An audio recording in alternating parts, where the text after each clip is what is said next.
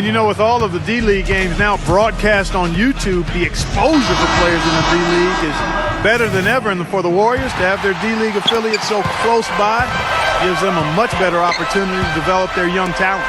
Now let's send it to Doris from the sideline. Gentlemen, it's no secret that the Bay Area loves its basketball.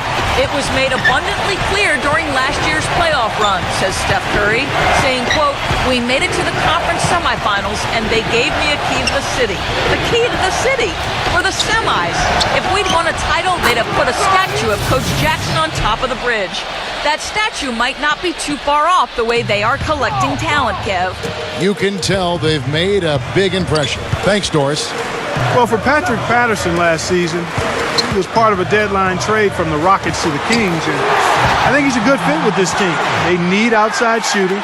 He's a face-up four-man who started to shoot with range out to behind the arc now. Now here's Vasquez, guarded by Curry. Oh, and here we go with Lee. Nobody back. The fast break ends at the rim with a jam. Boy, I love it. Active hands on the steal, active feet on the fast break. And Clark power on the dunk. And guys, this is just too close of a game to be giving the ball up like that and then failing to get back in transition.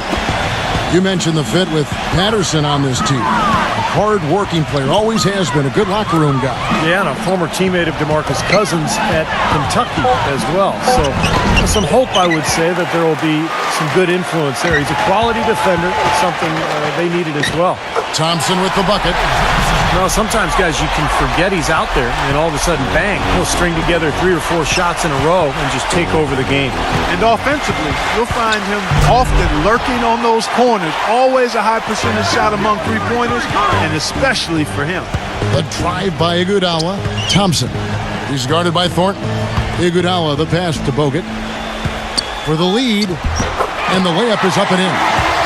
Bogut's got his first 2 points.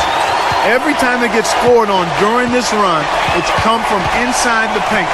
Now, you got to make a defensive adjustment here, Clark. Time to collapse inside, force the ball back out in the perimeter, make them beat you from long range. They get it back.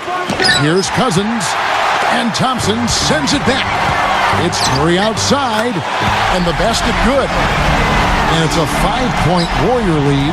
And now we'll get a perspective here on the hustle game, how it's been going for the Warriors. You know, block shots, guys, a clear indicator on the stat sheet of their excellent defense. I mean, leaving them no room to get off any shots. And another thing they're doing is really taking advantage of fast break opportunities, scoring some easy baskets.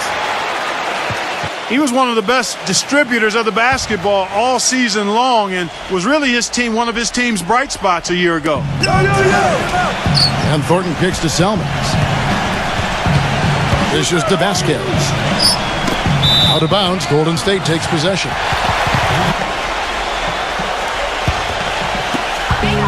.135 left here in the third quarter. Curry, good. Well, the Kings gave up the most points in the league last season, guys, but new coach Mike Malone has a great reputation as a defensive mind.